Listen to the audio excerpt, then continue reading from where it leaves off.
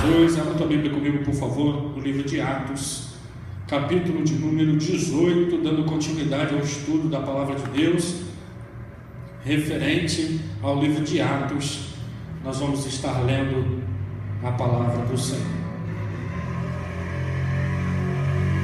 Amém? Atos 18, de 1 a 11. O título dessa mensagem, meu irmão, é Hashtag Vida Plena. Mais à frente a gente vai ver o porquê disso daí. Hashtag Vida Plena. Atos 18, de 1 ao 11. Todos encontraram? Amém? Eu vou ler um versículo, os irmãos leiam o seguinte, e assim por diante, em nome de Jesus. Amém? E depois disto, partiu Paulo de Atenas e chegou a Corinto.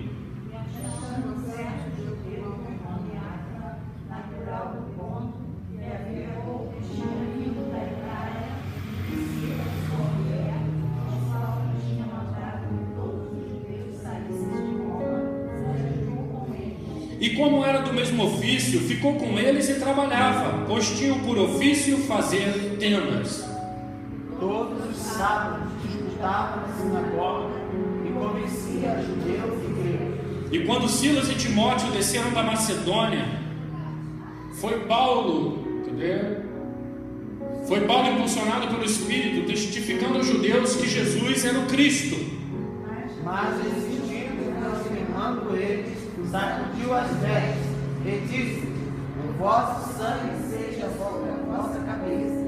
Eu estou rico, e desde agora parto para os gentios. E saindo dali, entrou na casa de um certo homem chamado Justo, que servia a Deus e cuja casa estava junto da sinagoga.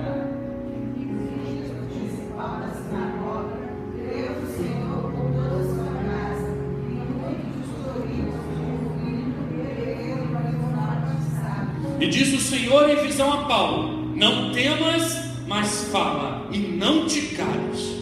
Porquanto sou contigo, e ninguém lançará a mão de ti para te fazer mal, pois tenho muito povo nesta cidade. E ficou ali 1 ano e 6 meses ensinando entre eles a palavra de Deus. Pai, me escondo atrás da cruz do Calvário, porque a grande obra e a grande pregação está ali, Senhor. Amado, que eu possa ser usado por Ti como um instrumento nessa noite, para abençoar vidas, para promover vidas, Senhor. Em nome de Jesus Cristo, receba a Tua glória, a Tua honra e o Teu louvor. Amém. Podes sentar em nome de Jesus. Amém? Louvado seja o nome do Senhor. Meus amados irmãos, o apóstolo Paulo havia acabado de chegar de Atenas. Atenas era o grande centro cultural do Império Romano. E agora Paulo sai de Atenas, na Grécia, e agora se vê desafiado a pregar em Corinto. Sai de um grande centro cultural e vai para um grande centro de comércio. Ali a economia borbulhava, meu irmão. Era uma grande cidade para a sua época. Mas em paralelo, meu irmão, onde há uma grande cidade, normalmente os padrões morais são muito baixos. E assim era em Corinto. A moralidade ali a imoralidade era latente. Nessa cidade havia um templo a uma deusa chamada Afrodite, também chamada de Vênus, que era chamada deusa do amor. Imagina o que vai partir daí, meu irmão.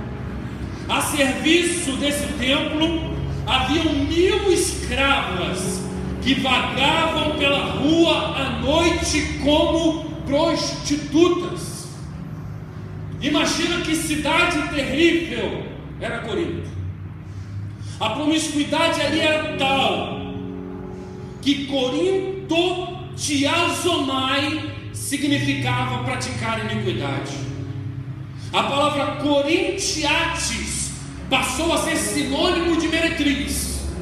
Então tudo que tinha Corinto significava baixa moral, prostituição, todo tipo de iniquidade. Mas não bastasse isso, meu irmão, o povo daquela cidade era orgulhoso da sua origem e de suas práticas. Mas, meu irmão, Paulo não olhou para essa imundície. Paulo não olhou para essa perversidade.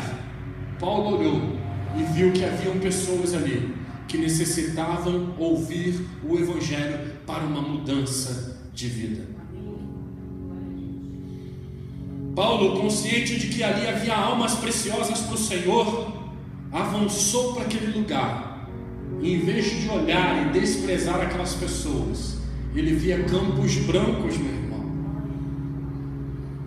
Em nossa caminhada de vida, meu irmão, nós nunca podemos perder o entendimento de que os propósitos eternos de Deus em nos abençoar pela obra consumada no Calvário e na ressurreição de Jesus estão sempre nos levando a pessoas e a lugares para os quais Deus quer nos usar como testemunhas de que há uma nova vida a ser vivida, uma vida maravilhosa e abundante, uma vida que não depende da prática do pecado, uma vida plena em Cristo.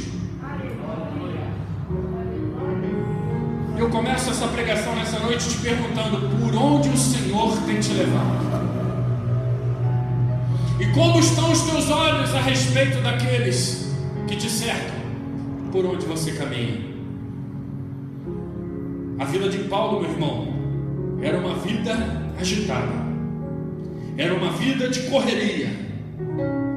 Mas Paulo, se hoje tivesse um Twitter, assim seria o Twitter dele. Vamos lá, vamos ver. Partiu pregar em Damasco. Partiu Antioquia com Barnabé. Partiu Salamina. Apedrejado em Listra. Ore por mim. Perseguindo a visão, partiu para Macedônia. Assim deve ser nossa vida. No nosso Twitter da nossa vida, nos nossos caminhos da nossa vida, nós precisamos entender. Marcelo, está indo fazer compras para o restaurante? Jesus está te levando ali para abençoar alguém. Meu irmão Vinícius, está indo para fazer um Uber? Jesus está te levando ali para abençoar alguém. Irmã Sandra e irmã Elias viajaram? Deus está te levando como missionários para abençoar alguém. É nessa consciência que nós vamos dar, meu amado, avanço a essa mensagem. Uma vida consciente em Deus e sempre em movimento. O que acontece com essa vida? Vamos lá, tópico 1. Uma vida consciente em Deus e sempre em movimento está apercebida das pessoas à sua volta. Sabe, meu irmão, a gente vive uma correria de vida, uma coisa tão rápida, e tem que fazer isso, tem que resolver aquilo outro. Mas uma vida consciente de que tem um propósito de Deus em si, ela percebe aqueles que estão à sua volta e a necessidade daqueles que estão ao seu redor. Em nossa vida não existem coincidências, meu irmão, mas sim Jesuscidências. No tempo em que Paulo não estava fazendo nada para Cristo, ele estava sempre apercebido e buscando no Espírito diagnosticar o tipo de enfermidade e o tipo de cadeia que prendia a população daqueles lugares por onde ele passava. Vamos ver aí, em Atenas, Paulo, olha o que diz a palavra: e os que acompanhavam Paulo os levaram até Atenas, e recebendo ordem de que Silas e Timóteo fossem ter com ele o mais depressa, partiram.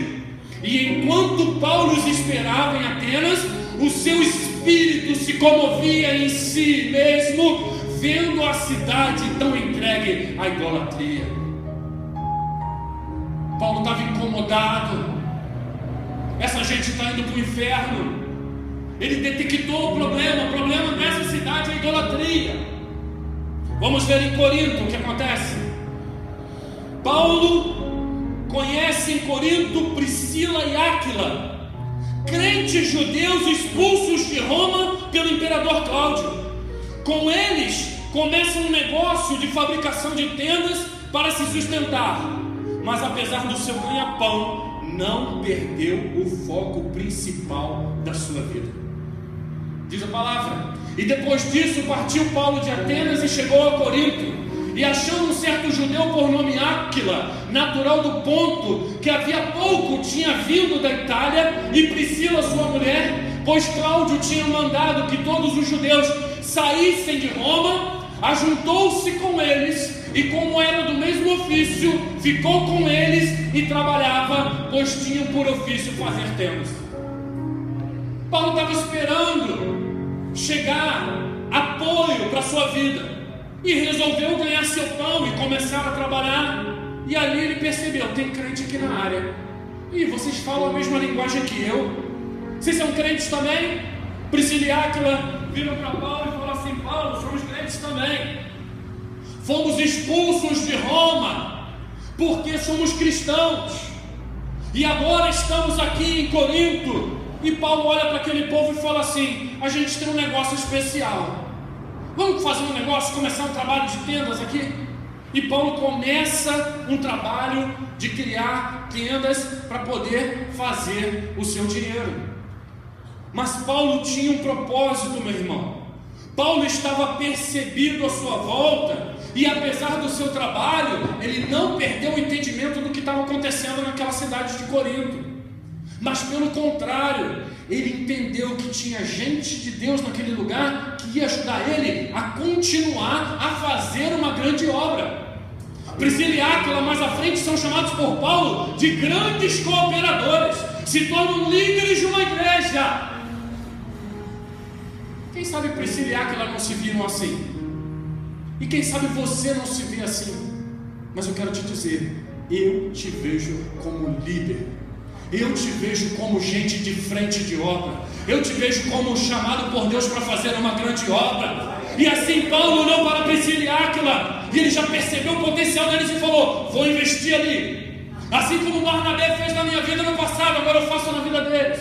Paulo estava apercebido das pessoas à sua volta. É interessante, meu irmão, isso daí. Esteja percebido das pessoas à sua volta. Esses dias eu recebi um vídeo no celular que falava a respeito do profeta Gentileza. Já ouviram falar desse profeta? Passa aí dele. Gentileza gera gentileza. Vocês lembram desse profeta que eu estou falando entre aspas, tá, irmão? Um homem que morava em São Gonçalo, um homem rico que tinha uma grande empresa, e de repente viu em São Gonçalo acontecer um grande incêndio no qual morreram 400 pessoas. Aquele homem bateu uma coisa na cabeça dele, ele abandona tudo e começa a caminhar por aí profetizando que nós devemos ministrar gentileza uns na vida dos outros. Interessante. Ali embaixo da perimetral, as colunas estão todas escritas por ele lá. Ele escreveu uma porção de coisa dessa. Por que eu estou falando disso, meu irmão? Porque esses dias eu me dei conta, antes de ver esse vídeo, de que quando uma pessoa queria atravessar aqui na estrada Rio São Paulo, muitas vezes eu não parava. Correria da vida. Mas quando eu quero atravessar aqui, eu não quero muito que um carro pare. Gentileza gera. E se o crente não for diferente nas suas atitudes, e se o crente não tiver uma vida de oração, de entregar todos os seus afazeres a Deus e sair em paz e tranquilidade para resolver os seus problemas, como é que esse mundo louco vai ver esperança? Meu irmão, isso me chamou tanta atenção que eu falei: Senhor, eu preciso ser mais gentil com as pessoas que me cercam. Eu preciso ser mais cuidadoso no meu trato com os outros. Paulo estava percebido, e que cada um de nós possa estar percebido das oportunidades de abençoar através do nosso testemunho em nome de Jesus. Mas uma pessoa, vamos avançar aí, uma pessoa, uma vida consciente em Deus de quem é, e sempre em movimento, entende que é no tempo de Deus que as coisas acontecem. O apóstolo Paulo, meu irmão, preste atenção nisso. Ele estava ali, estava talvez um pouco ansioso para pregar, mas nós precisamos ter o entendimento de que a ansiedade é o oposto da fé, e o cuidado de conhecer o tempo de Deus é sabedoria para a vitória. Tem tempo de que a gente quer fazer determinada coisa. Não é tempo. É tempo de esperar. E o apóstolo Paulo ali, meu irmão, não podia pregar todos os dias como ele queria. Mas ele precisava ganhar o seu pão. E ali ganhando o seu pão, nos sábados ele estava na sinagoga para pregar. Sabe, meu irmão, nós temos um chamado em Deus. Cada um de nós tem o seu chamado em Deus. Mas você precisa ter cuidado, porque tem tempo para tudo, meu irmão. E quem sabe hoje você queria se dedicar à obra e fazer em tempo integral. E Deus está falando assim: não. Hoje eu vou te usar ali onde você está, e ali é que vai ser o teu ministério. E você espera um pouquinho, porque eu vou fazendo aos pouquinhos na tua vida, até que você consiga cumprir tudo aquilo que eu pretendo para a tua vida.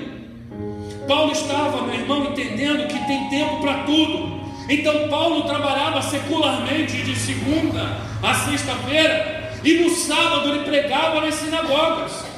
E diz assim no versículo 3: e como era do mesmo ofício, ficou com eles e trabalhava, pois tinha o ofício de fazer tendas. 4. E todos os sábados disputava na sinagoga e convencia judeus e gregos. Não era tempo de Paulo se entregar totalmente à obra, porque faltaria para ele recurso. Meu irmão, nós precisamos entender que Deus tem o seu tempo para tudo na nossa vida. Somente quando chegou o apoio, Paulo se lançou integralmente à obra de Deus. Versículo de número 5. E quando Silas e Timóteo desceram da Macedônia, foi Paulo, impulsionado no Espírito, testificando aos judeus que Jesus era o Cristo. Isso daqui vai falar a versão Almeida Corrigida Fiel. Mas a NVI e Revista Atualizada vai falar assim: depois que Silas e Timóteo desceram da Macedônia, Paulo se dedicou exclusivamente à pregação, testemunhando aos judeus de que Jesus era o Cristo. Olha a sabedoria de lidar.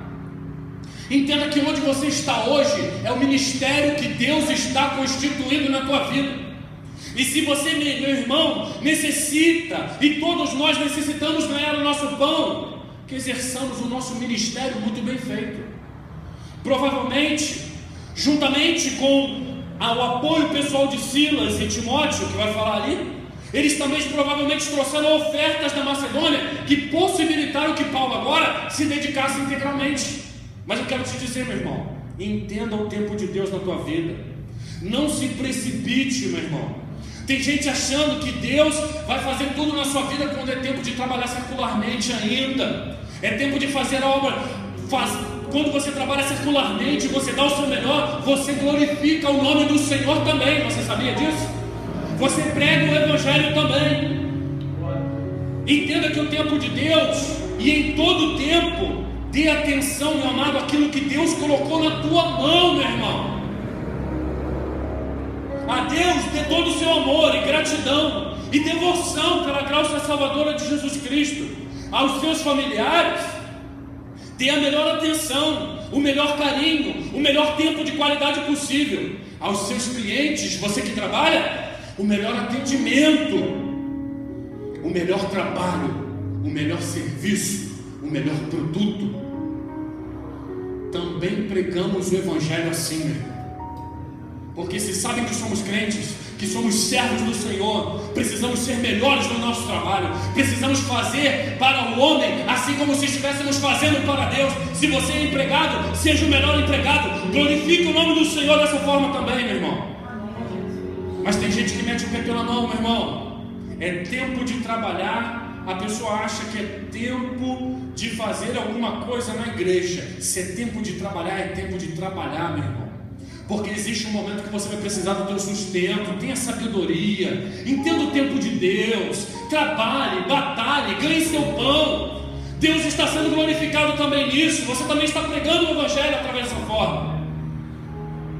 Mais uma colocação que eu gostaria de fazer, meu irmão, é de que uma vida consciente em Deus e sempre em movimento sabe lidar com as oposições, falsas acusações e problemas em geral.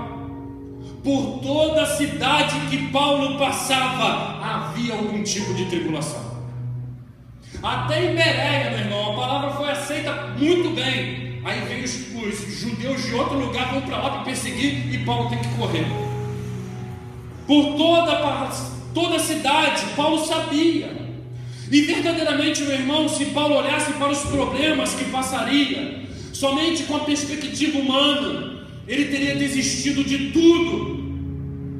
O apóstolo Paulo chega a afirmar em 2 Coríntios 1,8 o seguinte: irmãos, não queremos que vocês desconheçam as tribulações que sofremos na província da Ásia, as quais nos foram muito além da nossa capacidade de suportar, a ponto de perdermos a esperança pela própria vida. Paulo chegou a perder a esperança pela própria vida. O próprio Senhor Jesus, o nosso Senhor e Salvador, disse que nesse mundo nós teríamos aflições. Contudo, devemos ter bom ânimo, porque Ele venceu o mundo. Irmão, eu sou crente, agora não tem mais problema. Mentira. Deus vai te dar capacidade e sabedoria para administrar de forma espiritual os problemas que se apresentarem em você. Vai te dar fé suficiente para você não se desesperar no momento de angústia e tribulação. Vai te dar um posicionamento que as pessoas vão olhar e vão falar: ué, mas ele está assim, nesse estado, e não está desesperado? Sim, porque eu tenho um Deus vivo que criou os céus e a terra. Um Deus que não poupou o seu próprio filho, e Ele também está cuidando de mim. Mas quando temos a mente transformada por Jesus, meu irmão, a gente vive em desacordo com a vontade do mundo e com os valores desse mundo, meu irmão, conseguindo encontrar felicidade mesmo em meio a todas as tribulações e adversidades. Mateus capítulo 5, conforme a nossa amada pastora leu, vai falar assim, Mateus 5, 4: bem-aventurados os que choram, porque eles serão consolados. Sabe o que é bem-aventurado, meu irmão? Feliz.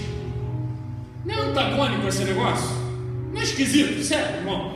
Feliz é o que chora. Que coisa estranha, meu irmão. Essa é a loucura do Evangelho. Porque você pode estar chorando hoje pela prova que você está passando. Você pode estar chorando pela adversidade que você está passando, mas você tem um Deus vivo que não esqueceu de você, que não vai te deixar ser provado além daquilo que você pode suportar. Que no momento que você disser assim: Senhor, eu não aguento mais, Ele vai entrar com a providência, Ele vai derramar a bênção, e você vai glorificar o nome dEle.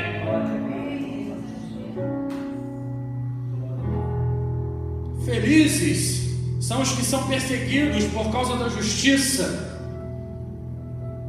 porque deles é o reino dos céus. Felizes, bem-aventurados sois vós, quando vos injuriarem e perseguirem, e mentindo disserem todo mal contra vós por minha causa. Deus está vendo as injustiças que você passa, as injustiças, as lutas, as tribulações. Deus não se esqueceu de você, meu irmão. Repita comigo o que vai falar no próximo slide, por favor. No 3, 1, 2, 3. Tribulação por um momento, mas vida plena constante. Até no meio da tribulação, a vida plena de Deus se manifesta em nossas vidas. Continuando, meu irmão. Tópico 4, caminhando para o fim. Uma vida consciente em Deus e sempre em movimento, está firmada com sua visão em Deus e em suas promessas. Esteja firmada a tua visão em Deus e nas suas promessas.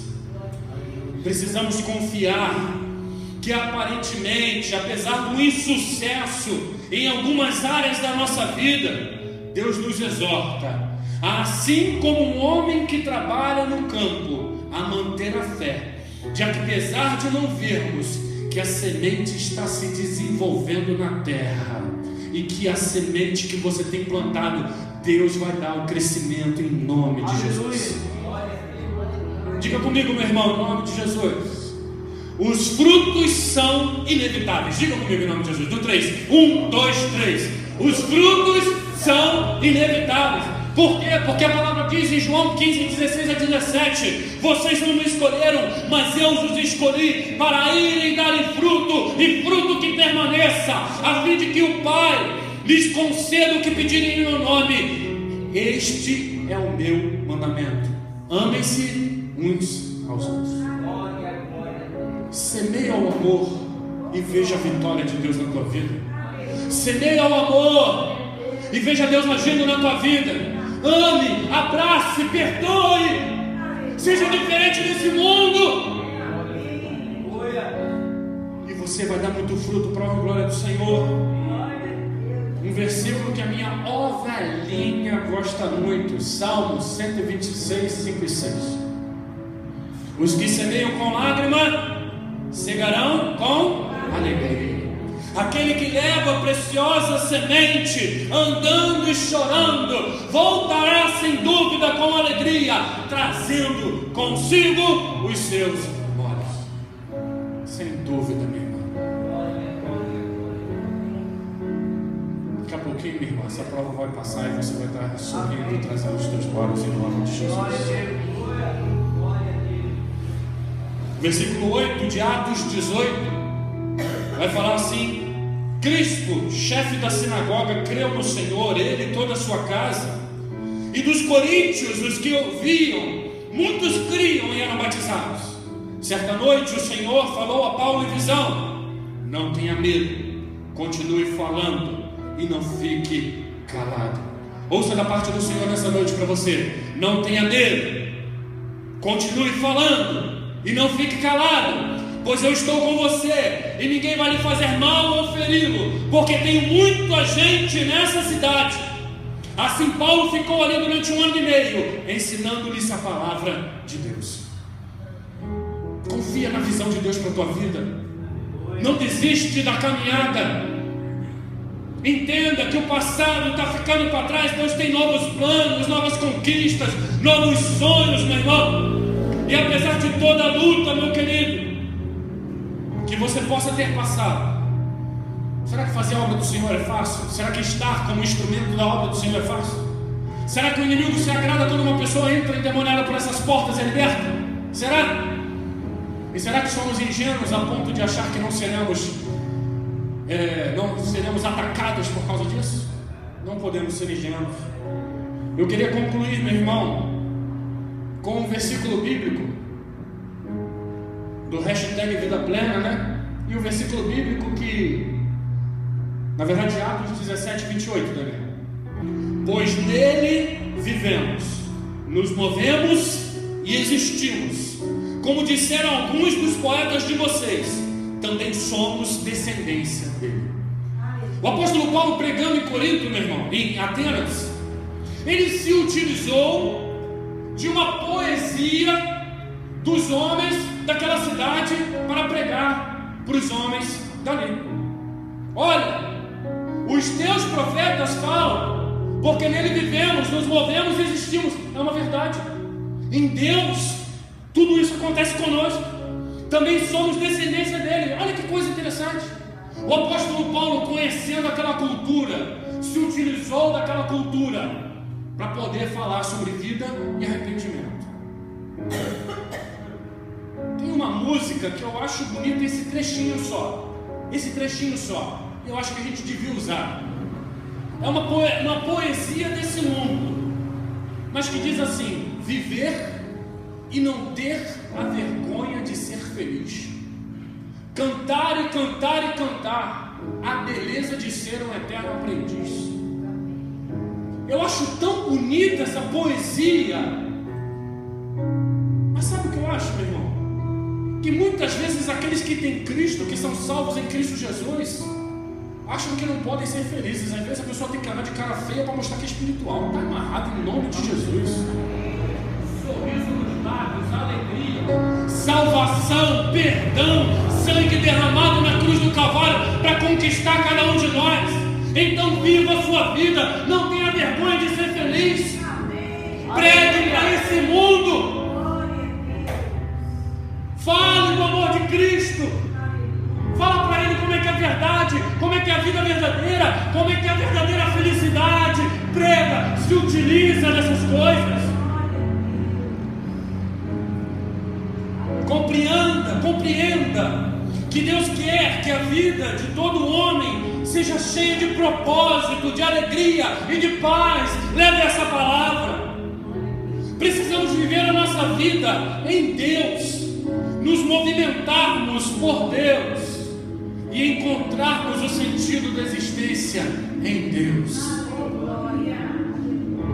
O desespero e a angústia de uma vida vazia e sem sentido são inaceitáveis ou impossíveis diante de alguém que já teve um encontro com a graça de Deus em Cristo.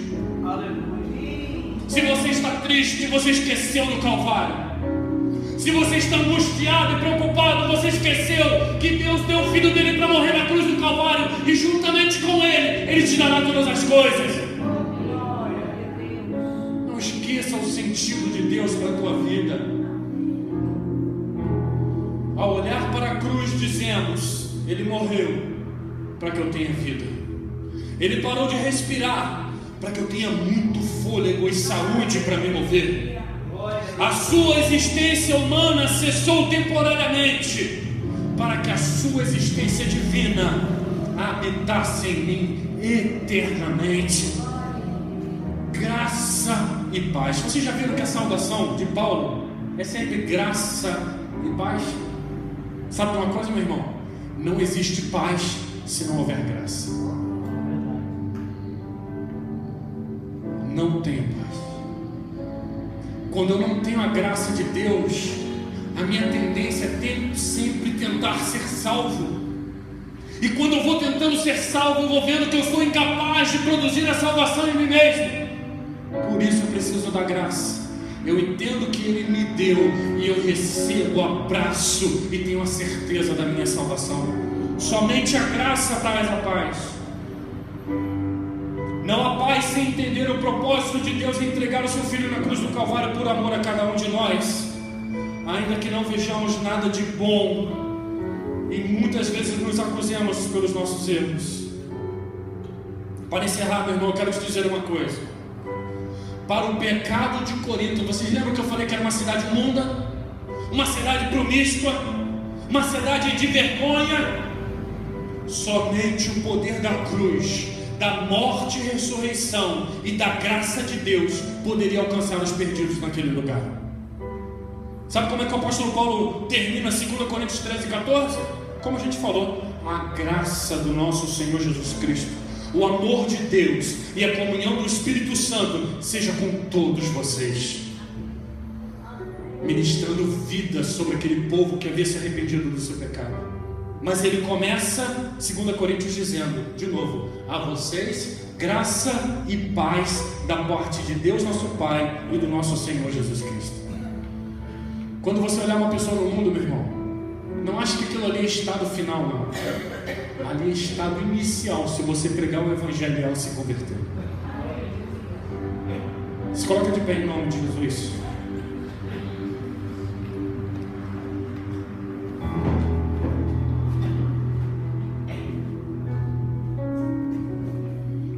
Que fala assim: fui alcançado por tua graça, maravilhosa graça que trouxe salvação para mim. Eu não mereço tanta graça, mas por misericórdia recebi. Aleluia! O maior milagre Deus já fez em mim. Meu irmão, minha irmã, em nome de Jesus, o perdão que você recebeu, ministra aquele que está ao teu lado, ministra aquele que te feriu. Meu irmão, minha irmã, em nome de Jesus, deseje arduamente que esse presente que você recebeu seja levado a outros. Deseje profundamente, meu irmão, e tenha um entendimento, meu querido, que assim como os coríntios precisavam da graça de Deus, nós também um dia precisamos. Para nós, igualmente, somente a graça do nosso Senhor e Salvador Jesus Cristo. Amém?